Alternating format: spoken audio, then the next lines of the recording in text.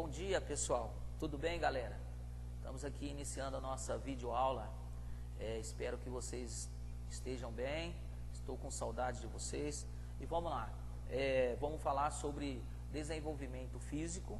Isso é muito importante para que vocês tenham uma vida saudável. Olha só que coisas interessantes a gente vai ver. Desculpa, me engasguei aqui. Que a gente vai vivenciar a partir dessa nossa videoaula, certo? Pessoal, vamos, só me esqueci, não sei se eu já falei, mas vou lembrar vocês que estamos iniciando o nosso segundo bimestre com a quarta aula, com a quarta videoaula, beleza? Então vamos lá, seguindo nossos slides aqui e a nossa aula. Aí nessa foto tem uma luta indígena, certo?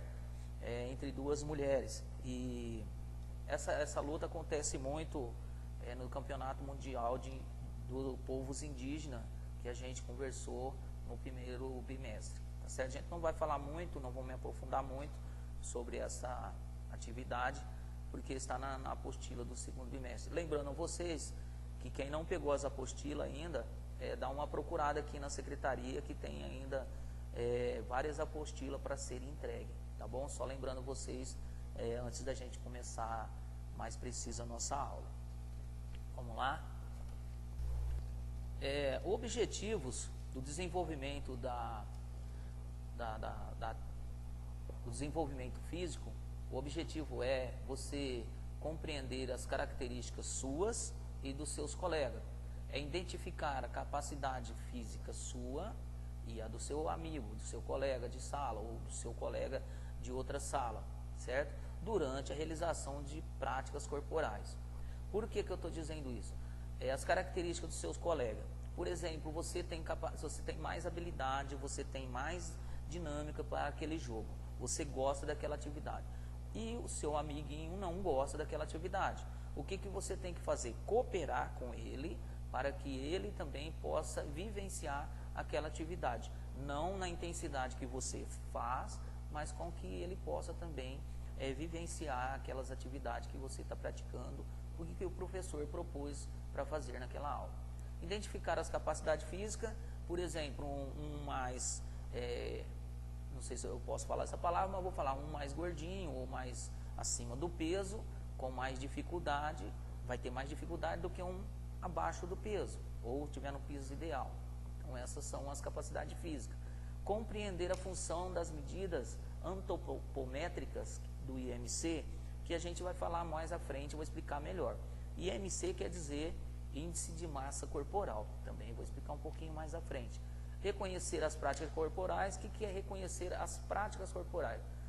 As práticas corporais é você jogar futsal, handebol, basquete, atletismo, tudo isso é uma prática corporal. Em vez deles pôr o esporte, eles põem prática corporal, que estão mudando as nossas anotações aí, eles estão mudando nas regras do esporte.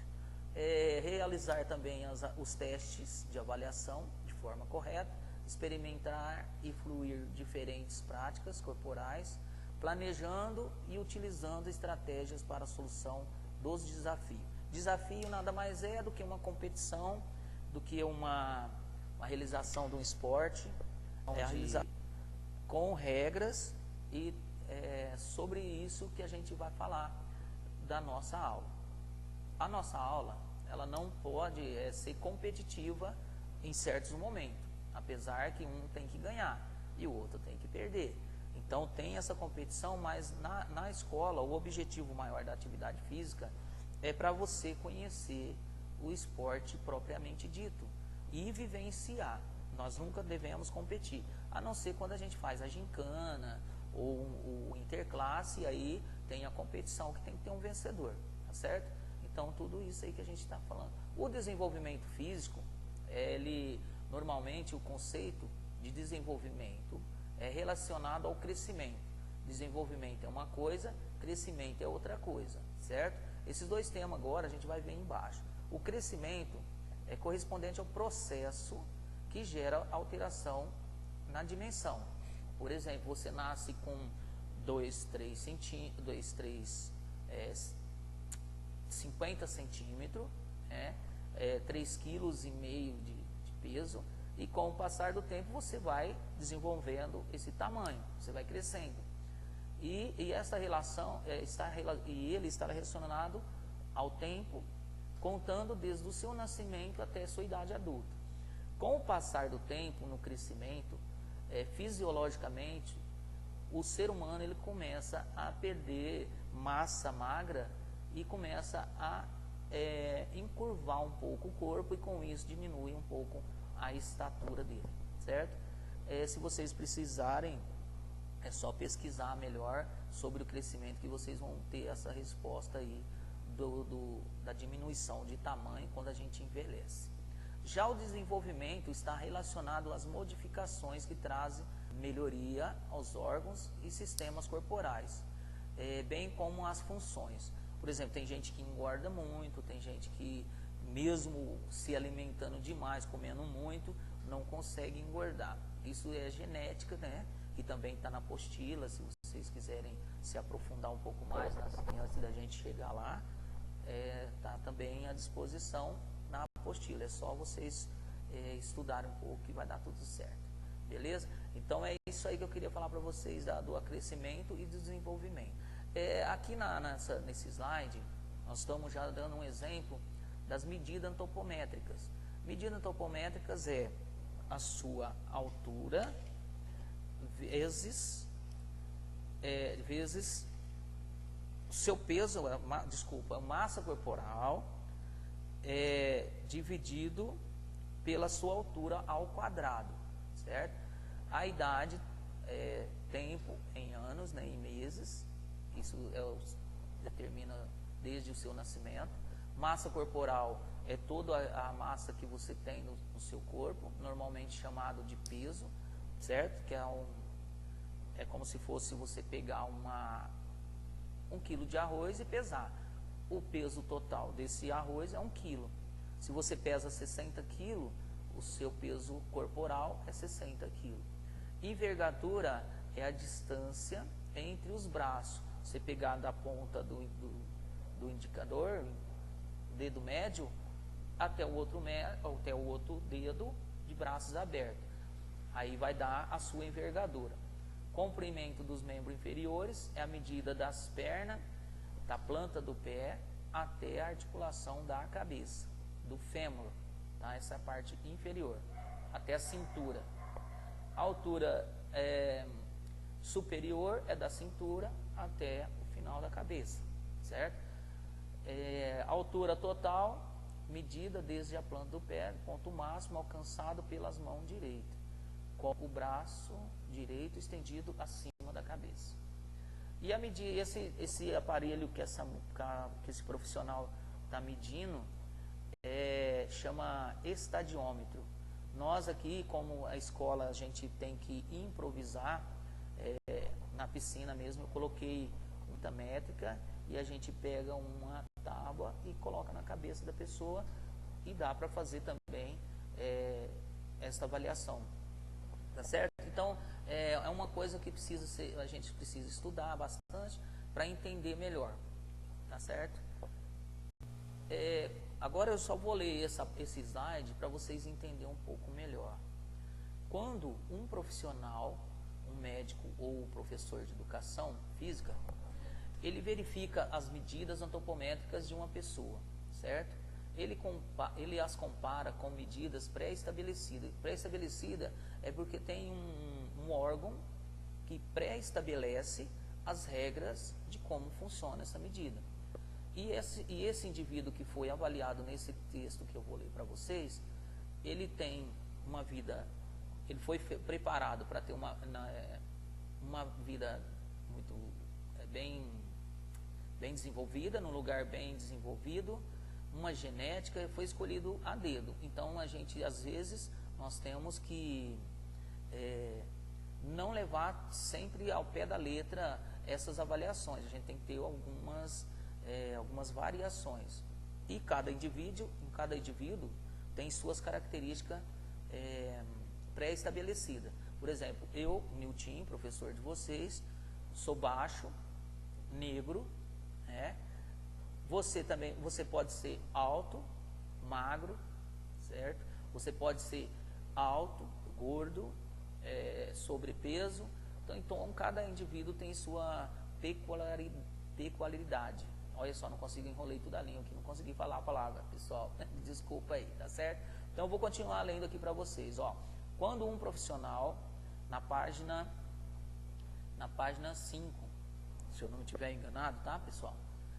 Quando um profissional, médico ou um professor de educação física, verifica as medidas antropométricas de uma pessoa, ele as compara com medidas pré-estabelecidas, cujos valores e referências são parametrizada, aquilo que eu falei para vocês, com base em medidas de pessoas que tiveram pleno desenvolvimento corporal e que geralmente vivem em regiões cujas condições possibilitam um desenvolvimento adequado.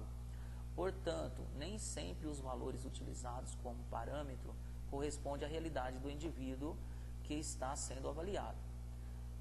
É preciso levar em constatação durante a realização das medidas e dos testes nas aulas de educação física, a predisposição genética e as experiências e especificidade de cada um devem ser respeitadas e valorizadas. Quando falamos em diversidade, não nos referimos apenas em diferenças culturais ou a cor da pele, mas a possibilidade de viver em harmonia com o corpo, valorizando a singularidade. As pessoas não são iguais e não apresentam as mesmas habilidades e possibilidades corporais. Essa diversidade sempre estará presente nas aulas de educação física e enriquecendo as vivências de toda a turma. Aquilo que eu resumi para vocês, o texto explica mais detalhadamente para nós, que nenhum de nós somos iguais. A gente pode até parecer, mas não somos iguais, tá certo? Inclusive muita gente já se enganou comigo a aparência. Então, pessoal, vamos respeitar a individualidade de cada um, vamos tentar fazer o esporte como uma vivência para vocês conhecer e ter uma vida saudável. Esse indivíduo aqui do nosso texto, ele foi praticamente escolhido a dedo para fazer essa avaliação, mas mesmo assim todos nós temos a nossa individualidade. O índice de massa corporal é reconhecido pela Organização Mundial de Saúde, OMS, né, como principal forma para a verificação do sobrepeso, aquilo que eu falei gordo, mas me desculpe, é sobrepeso, obesidade, a pessoa abaixo do peso, ou a pessoa que está em desnutrição, certo? A pessoa que está em desnutrição, ela precisa ter um acompanhamento médico e de uma nutricionista para recuperar um pouco mais o peso, porque a desnutrição é o mesmo efeito de quem está acima do peso, que tem a obesidade. Os dois fatores, as duas vertentes, elas te levam à morte. Você pode ficar com sequela muito grave em relação a essas duas coisas aí.